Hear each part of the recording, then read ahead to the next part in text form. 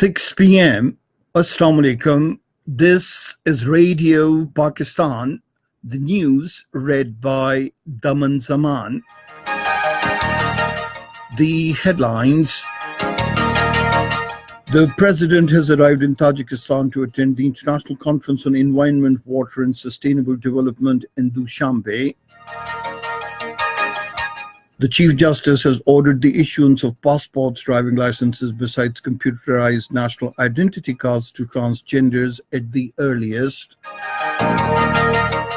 In occupied Kashmir, the Indian troops in the latest act of state terrorism martyred 2 more youths in Bandipora district today.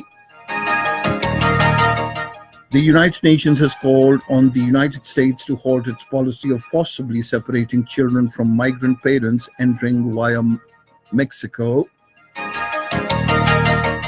In the Football World Cup 2018, the match between Sweden and Republic of Korea is in progress at Nizhny Novgorod in Russia. And now the news in detail. President Mamnoon Hussain arrived in Dushanbe this afternoon on a 4-day official visit to Tajikistan. He was warmly received at the airport by the Deputy Prime Minister of Tajikistan and other senior officials. A Tajik woman dressed in traditional attire presented the distinguished guest a bouquet of flowers.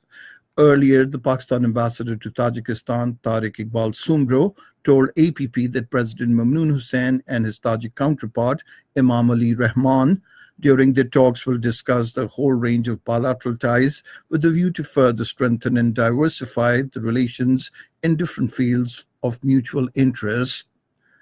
The president will also lead the Pakistan delegation at the high-level 2-day conference on the International Decade for Action, Water for Sustainable Development, beginning in Dushanbe on Wednesday.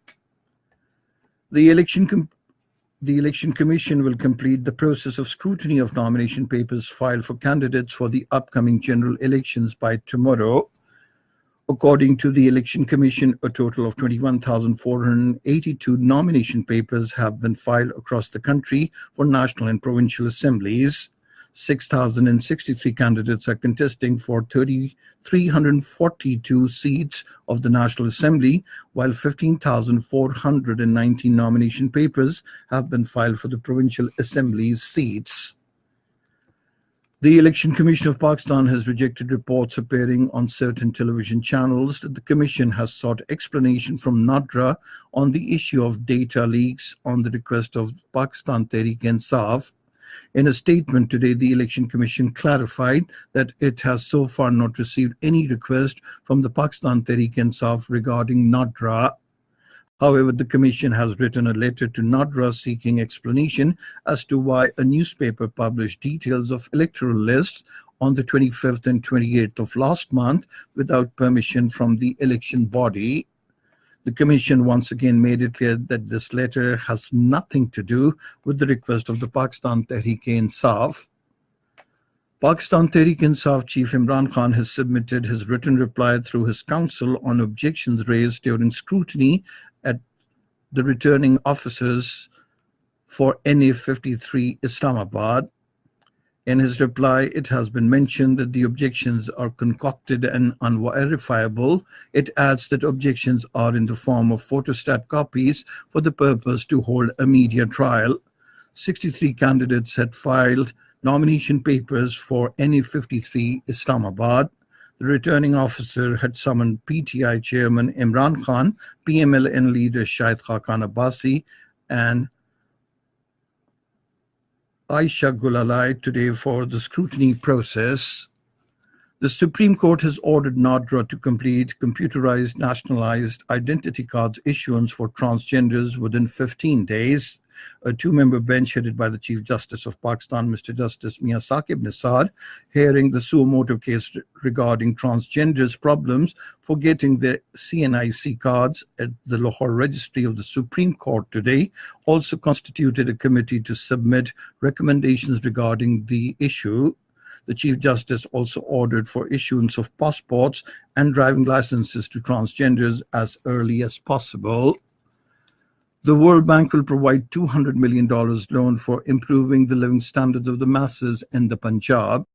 An official of the Punjab government told Radio Pakistan Bahawalpur correspondent Sajjad Parvez that 16 cities will benefit from the program to improve the infrastructure and local services while protecting their environment. This is Radio Pakistan. The AJK Prime Minister Raja Farooq Haider Khan says the government is fully aware of the problems of the Indian firing affected people and taking tangible steps to minimize these. During his visit to Karan area of the line of control in Neelam Valley today, he said the Indian troops are trying to push civilian population back from the line of control, but they have miserably failed to shake the resolve of the Kashmiris. Raja Farooq Haider Khan said the Indian troops are targeting civilian population with light and heavy weapons. However, India will never succeed in its evil plans because our armed forces have all the capabilities to thwart any Indian aggression. In occupied Kashmir, the Indian troops in their fresh act of state terrorism martyred another 2 Kashmiri youths in Bandipora district today. The youths were martyred in an ongoing massive military operation launched by the Indian Army at Panar area of the district. 7 units of the Indian Army's Rashtriya Rifles, 3 para-commandos, and a special team of Indian Air Force are taking part in the crackdown. The troops also launched a cordon and search operation in Bij Bihara area of Islamabad district today. Meanwhile, in a statement in Srinagar, senior APHC leader and chairman Tehreek-e-Hurriyat Jammu and Kashmir Muhammad Ashraf Sehrai welcomed the United Nations Human Rights Report on Jammu and Kashmir. The United Nations has called on the United States to halt its unreasonable policy of forcibly separating children from migrant parents irregularly entering the country via Mexico. In his final speech to the UN Human Rights Council in Geneva, the outgoing United Nations High Commissioner for Human Rights, Zaid Rad Al Hussein, said widespread human rights violations continued in North Korea and against the Rohingyas in Myanmar. He urged the 47-member Geneva Forum to set up international commissions on alleged violations in Venezuela and Nicaragua. Former American First Lady Laura Bush has also condemned the controversial policy that splits up families who illegally enter the country at the Mexican border. Writing in the Washington Post newspaper, she said separation of children from their parents is cruel, immoral, and heartbreaking. Her comments follow growing controversy over President Donald Trump's zero-tolerance immigration policy. Earlier in a statement, Melania Trump, the spouse of President Donald Trump, expressing concerns that she hates to see children separated from their families. China has unveiled a list of products from the United States that will be subjected to additional tariffs in response to American announcement to impose duties on Chinese imports. Customs Tariff Commission of State Council has decided to impose additional duties of 25% on 659 American products worth about $50 billion. In Kenya, 8 police officials were killed when their vehicle hit an improvised explosive device planted in the eastern parts of the country. And now we move on to sports. In the FIFA World Cup 2018, the first match of the day between Sweden and South Korea is underway.